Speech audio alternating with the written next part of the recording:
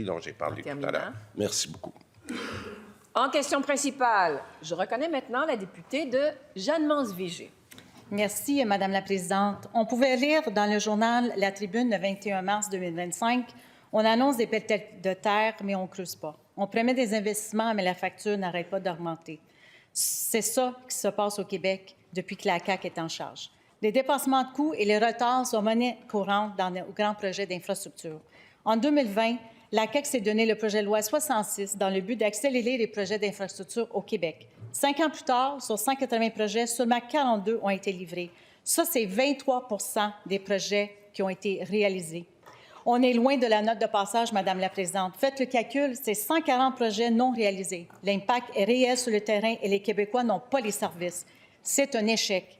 Madame la Présidente, ma question est simple au ministre des Infrastructures.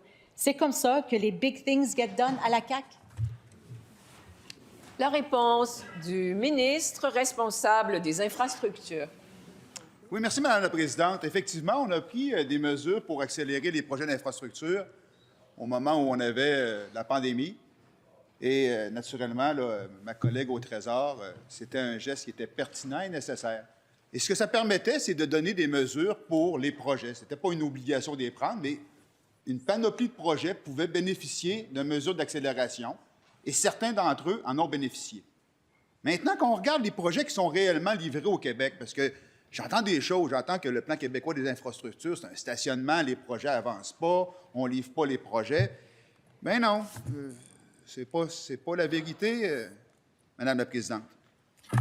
Ça, c'est l'historique des investissements. Ce n'est pas les investissements à venir. Ça, c'est le Plan québécois des infrastructures, 164 milliards, c'est à venir dans les 10 prochaines années. Ça, c'est ceux qui ont été effectivement réalisés pour les infrastructures publiques au Québec, en rattrapage, en maintien d'actifs, en santé, éducation, réseau routier et tous les autres secteurs.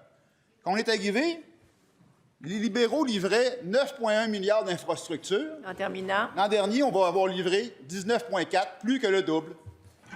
Première complémentaire. Merci, Madame la Présidente. Bien, parlons des projets, Monsieur le ministre, que vous avez mis dans le projet de loi qui était supposé être accéléré avec le PL 66. L'agrandissement de l'hôpital de Lomabé depuis 2019. L'agrandissement du bloc opératoire Chicoutimi depuis 2021. La construction de l'école à Île-des-Sœurs depuis 2019. Et j'en passe, Madame la Présidente, parce que le temps file, mais j'ai une liste là qui est assez longue. Est-ce que le ministre est fier de son bilan? Et je vous rappelle, Madame la députée, que vous posez votre question aussi à la présidente. La réponse du ministre.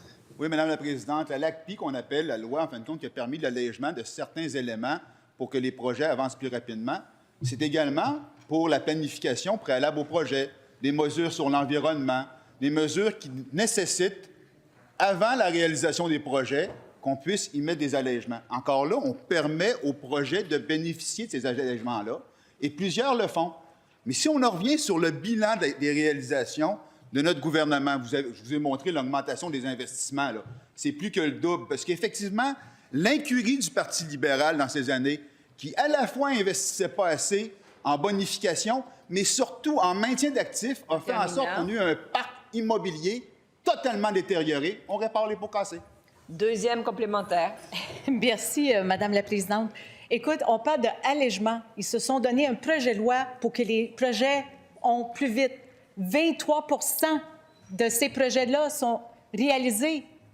Il est fier de cette note-là, 23 Monsieur le ministre. Puis vous êtes capable de vous lever pour vous vanter aujourd'hui en Chambre. Si je vous répète, 140 projets qui n'ont pas été réalisés. Le bilan de la CAQ, c'est un échec total. Pourquoi la CAQ s'engage-t-elle à faire des projets qui sont incapables de réaliser? Et je vous rappelle que vous adressez à la présidence la réponse du ministre.